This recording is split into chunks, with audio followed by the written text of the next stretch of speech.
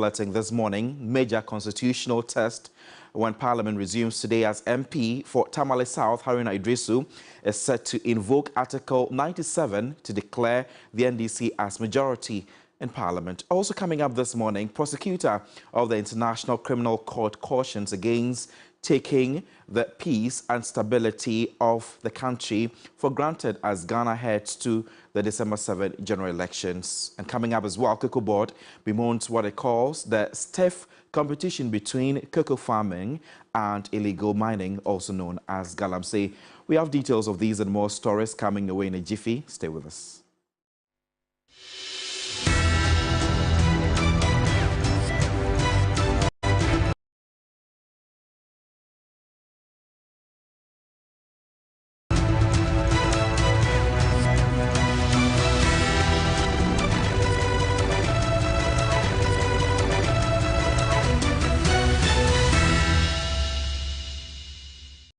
You can also join us live on DSTV channel 279. We are also streaming across the world on Facebook at TV3 Ghana. My name is Godwin Asidewa.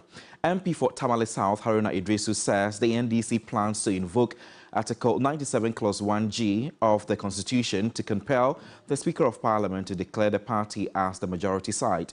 This follows a decision of some incumbent New Patriotic Party MPs, Cynthia Morrison, MP for Aguna West, and Kwadwo Asante, MP for Suhum, together with two other MPs to contest as independent candidates in the upcoming elections. The Parliament of Ghana will reconvene. And when it reconvenes, I am very certain that Parliament and Ghana will go through a major constitutional test. And that constitutional test is that the NDC minority must become the majority from Wednesday next week. And I assume, and this must happen if there is constitutional and legal propriety in Ghana, because any nuanced interpretation of Article 97 provides that if a member of Parliament on a political party ticket like MPP defects and fails to be independent, that MP ceases to be member of Parliament. And if an independent member of Parliament, by virtue of the provision of Article 97, subclause G, an independent joins a political party, that independent loses constitutional recognition and does not belong to Parliament. And even if an NDC candidate, MP, defects to become an independent, he ceases to be a member of Parliament. Therefore, we will invoke the Speaker's proper and true interpretation of Article 97. Still within the camp of the NDC, the vice presidential candidate, Professor Nana Jane Opoku-Agyeman, says the NDC will return to power to complete abandoned school and health projects. She was addressing students of the Goso Nurses and Midwifery Training School in the Ahafo region as part of her campaign in the Ahafo region. Professor Nana Opoku-Agyeman was warmly received to the school.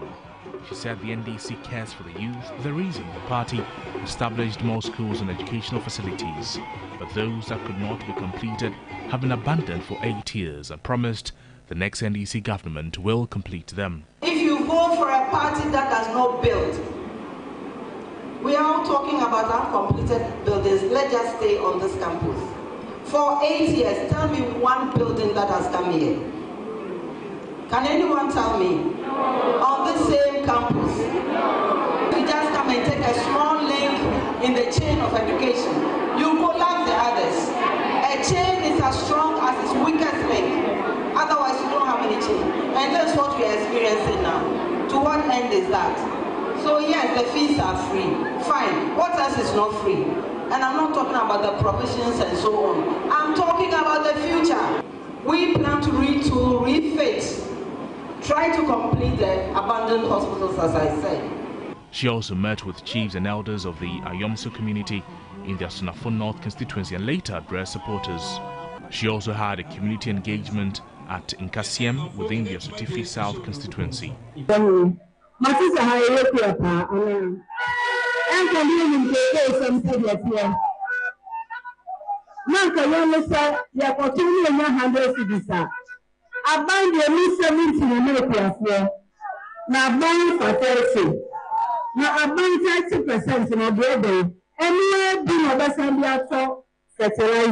Government uses its 30% from the cocoa profit to provide fertilizers and other needs. The government's profit is to help the cocoa farmers and provide infrastructure. Collins Dauda is the MP for TV South constituency.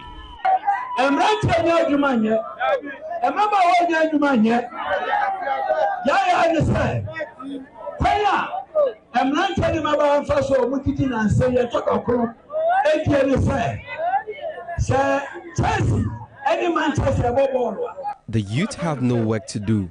They tend to bet on football games, and the government takes its percentage after winnings.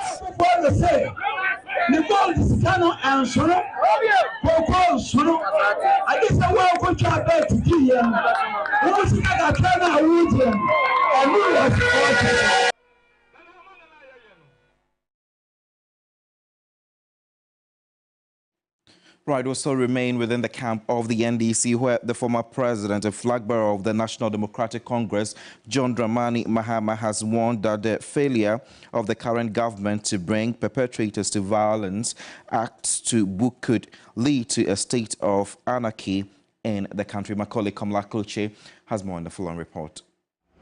The penultimate day for John Mahama campaigning in the Upper West region took him face-to-face with the Regional House of Chiefs on his quest to lead the country once more for a 4-year non-renewable term.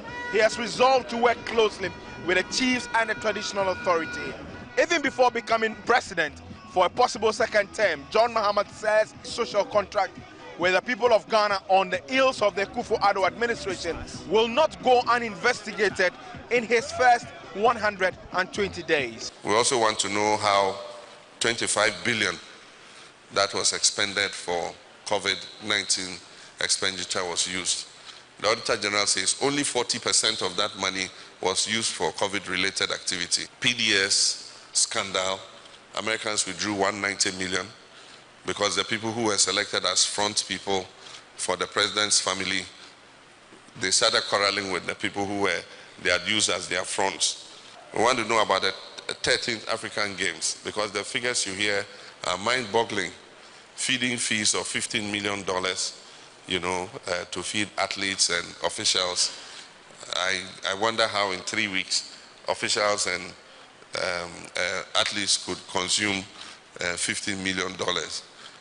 We want to know about the missing excavators. We want to look at the bus scandal. There are so many scandals. If I continue listening to them, we'll stay here till evening. The NDC and John Mahama have expressed their disgust at targeted electoral violence. The recent clashes in Mamobi has left John Mahama helpless. The moral voice of society must be heard.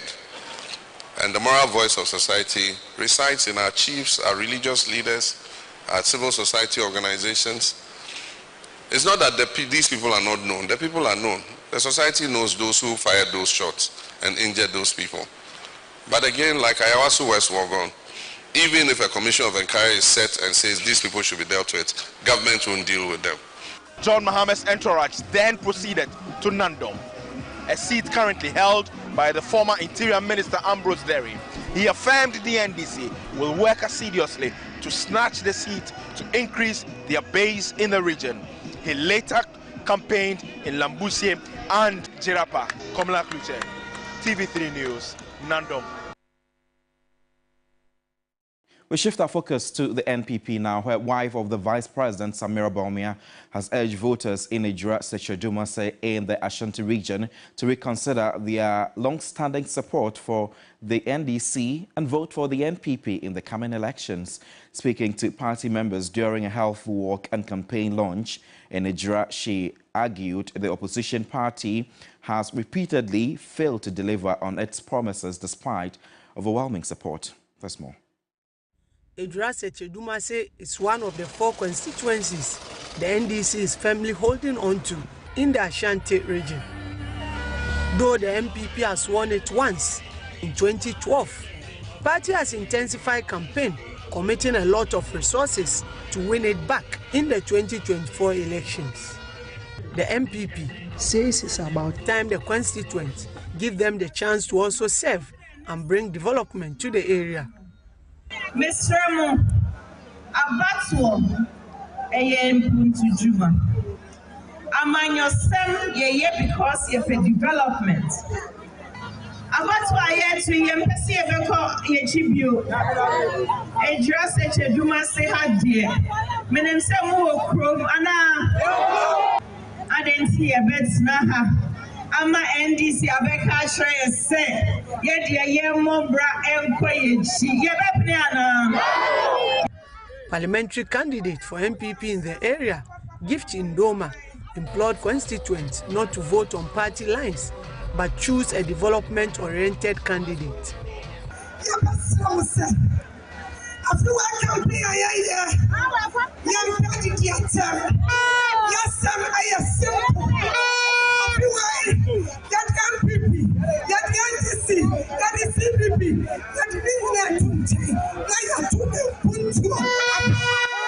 In 2020, there was a vote difference of about 5,000 and a few figures on it. But this time around, we are poised and we've set a target.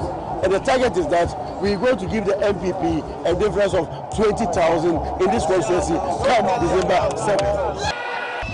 The campaigns have heated up, but the power lies only in the hands of the constituents to decide who represents them in the 9th Parliament.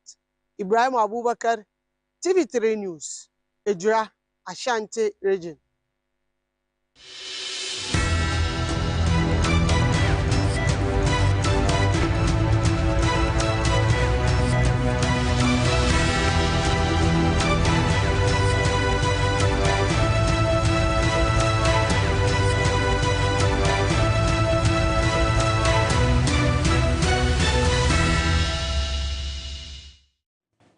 We put election-related stories on the side for now. The prosecutor of the International Criminal Court, Karim Masad Ahmed Khan, has cautioned against taking the peace and stability of the country for granted. He commended the Attorney General and Minister of Justice, Godfrey Addo, for taking steps to have crimes heard at the ICC heard domestically. I beg your pardon. During the meeting between the Attorney General and the Prosecutor of the International Criminal Court, Godfrey Addo indicated that having a legal framework that supports and contributes to the work of the International Criminal Court will help prevent impunity and abuse of power. Our contribution has been quite immense, and we think that our contribution is even greater in terms of governance that we run. So for me, the strongest contribution a nation can make, even if it's a state party to the ICC, is to have a system of government or some form of governance which will curb abuse of power and impunity and all. And I say that when democracy reigns and is really practiced in its purest form, it is actually the surest way of preventing any impunity and, of course, also contributing to the work of the International Criminal Court. The prosecutor of the International Criminal Court, Karim Khan, commended the initiative by Ghana, but cautioned against complacency as far as peace is concerned. Your achievements with such kindness that you don't boast about it, but you have a lot to be proud of. But of course, we know that complacency is the enemy for peace. One should never take the peace, the stability of a country for granted. And that's why the bill that you have presented as Minister of Justice for the domestication of the Rome Statute is so important. It's for victims, it's also critical for crimes to be properly labeled. And that can also act as a warning signal, God forbid if things change, and it can be a deterrent to help ensure the peace that the people of Ghana have enjoyed and continue into the future. Karim Khan, KC, is in Ghana at the invitation of the Ghana Institute of Management and Public Administration and is expected to speak at the Gimpa Law School's third eminent public lecture on international criminal justice under the theme Democracy, Elections and Impunity, International Criminal Justice as a Deterrent. A leading member of pressure group Democracy Hub has demanded charges against AntiGalam say protesters to be dropped after state attorneys requested for more time from the court to file documents. Oliver Bakavomawo and another accused person have been in police custody for 22 days. My colleague Lorde Duasare has more. Two batches of Democracy Hub protesters, numbering 23, turned up in court on Monday, their first since they were granted bail. After waiting for more than 3 hours for proceedings to begin, prosecution led by Nana Akosua admitted they had not been able to file their disclosures and witness statements as directed by the court. They prayed for another adjournment, which was not opposed by the defense.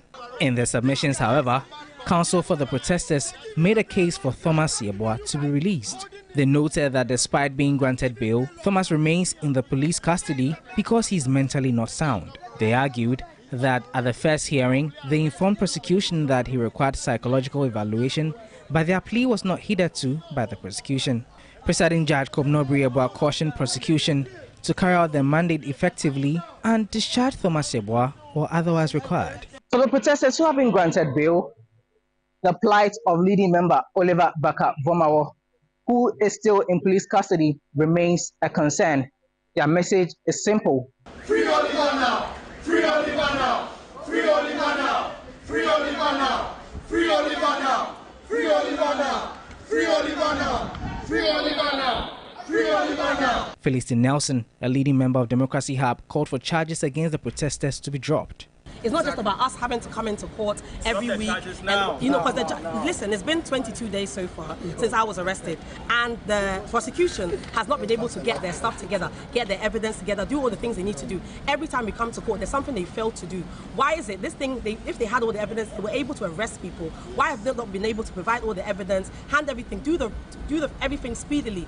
Every time we come to court, they're asking for extra time. People have jobs. There's people who don't even live in Accra. They live in Takrade. So every week they're having to travel to Accra just to come to court. What is this? The court has hence ordered the prosecution to file their disclosures. For the first set, they are to reappear on October 24, and the second set, which involves Raphael Williams, they are to reappear in court on November 6, by which time the prosecution is expected to file their witness statements and their disclosures. Lorde Duasare, TV3 News, Accra Circuit Court. Free Oliver now, as they say. One victim of the East Legon tragic accident from the weekend has been treated and discharged after the police officially announced a commencement of investigations into the matter. The Ghana Police Service until today had come under intense criticism over their silence on the incident, which has prompted the closure of the Cornerstone International Academy. My colleague Eric Mawina Egbata has been getting an update on the incident, which have left many so shocked and sad. The laughter and joy which usually greets parents in their numbers when they come around this part, a Cornerstone International Academy, to pick up the awards at about this time is missing. The school has been closed as early as 1:30 p.m. today.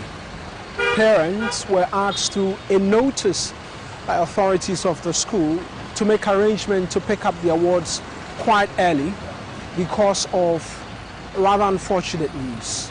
Families from the school have been affected by the ghastly accidents which occurred over the weekend at East Legon. 4 students in all, with 2 unfortunately passing. The result has been the bringing forward of the school's midterm holidays, forcing school authorities to postpone all academic activity for the rest of this week and to resumption Monday the 21st of October. For the school authorities, the action is to enable all and sundry here commiserate with the families of the bereaved while wishing the 2 students who are still on admission at the University of Ghana Medical Center the very best in recovery. Back with the police, they have come under intense criticism from netizens over perceived loud silence over the matter. But barely 48 hours after the ghastly incident, the Ghana Police Service has been providing details of what they say is preliminary investigations. The suspect driver, according to the police, has been identified as one Salifu Amwako. The police say that the charred bodies of the deceased have been deposited at a morgue, while the survivors from the ghastly incident are currently receiving treatment, with one of such victims treated and discharged. Mawena Egbeta, TV3 News, from the East Legon Police Station. An excellent explainer, yet sad, from my colleague Eric Mawena Egbeta. Let's still stay on this matter.